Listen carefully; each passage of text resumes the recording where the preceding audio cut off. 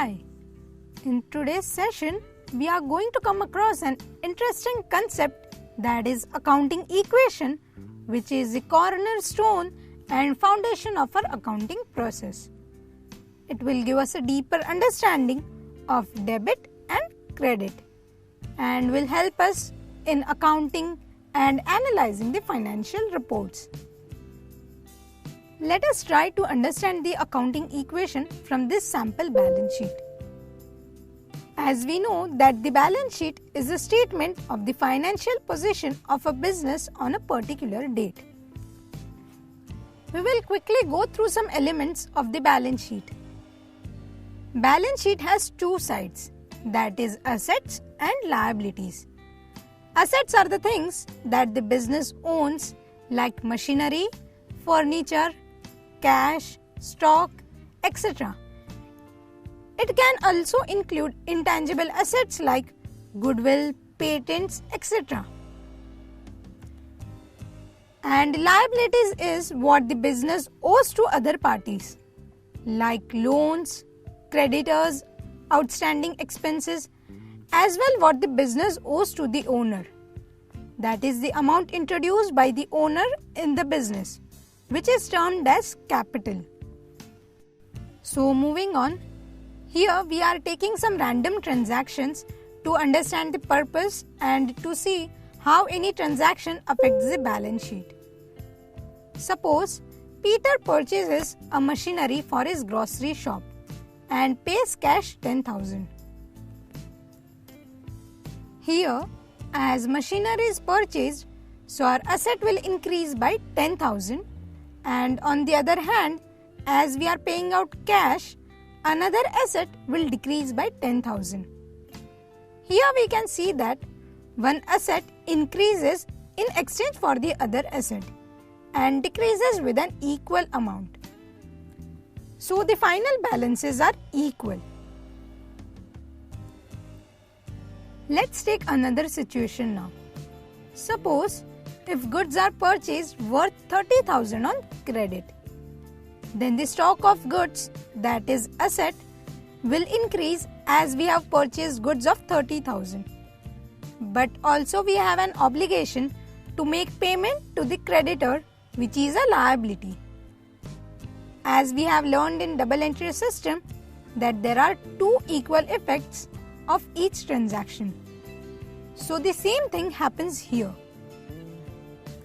So the goods or the stock, which is our asset, is increasing, and on the other side, creditors, which is our liability, will also increase with an equal amount.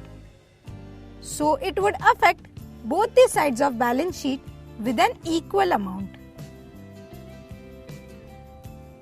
So now let us take few more sample transactions and see whether the total balances stay equal. Suppose Peter withdraws 2,500 cash for his medical expenses. As medical expenses are not related to his business, we call withdrawals for any personal use as drawings. Since owner already withdrew, the business now owes less amount to the owner. So liability will decrease, and as cash is withdrawn from business, cash will also decrease from the asset. We can notice that the liabilities and assets decreases equally. Are you all with me? Let's take one last example to see if the balances are equal for other transactions as well. Suppose a loan of 20,000 is taken from the bank to pay off the creditors. So here we have borrowed loan from bank, so one liability is increased, and as we are paying off creditors, so another liability is decreased.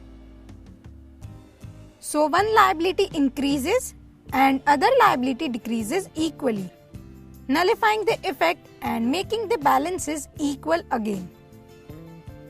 So from these different examples, we can conclude that the effect of any transaction will either nullify the balances or they will affect both the sides equally. Hence, we can say that assets is equal to liabilities, and liability includes liability towards the owner as well as external liabilities. So, assets is equal to capital plus external liabilities, and this is what is known as the accounting equation. If we look at a balance sheet, we can notice that the balance sheet is basically an extended form or a reflection of the accounting equation.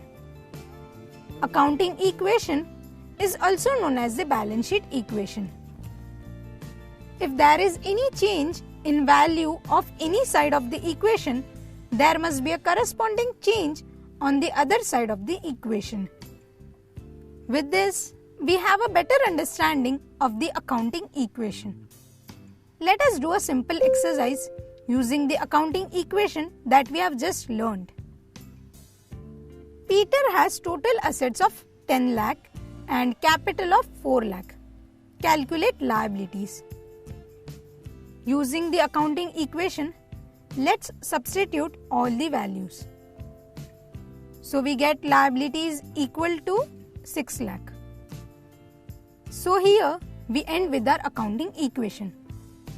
Hope it was easy to understand. We will make accounting easy and simple for you. If you have any queries or if you like our videos, please do comment and subscribe to our channel. Keep watching, keep learning.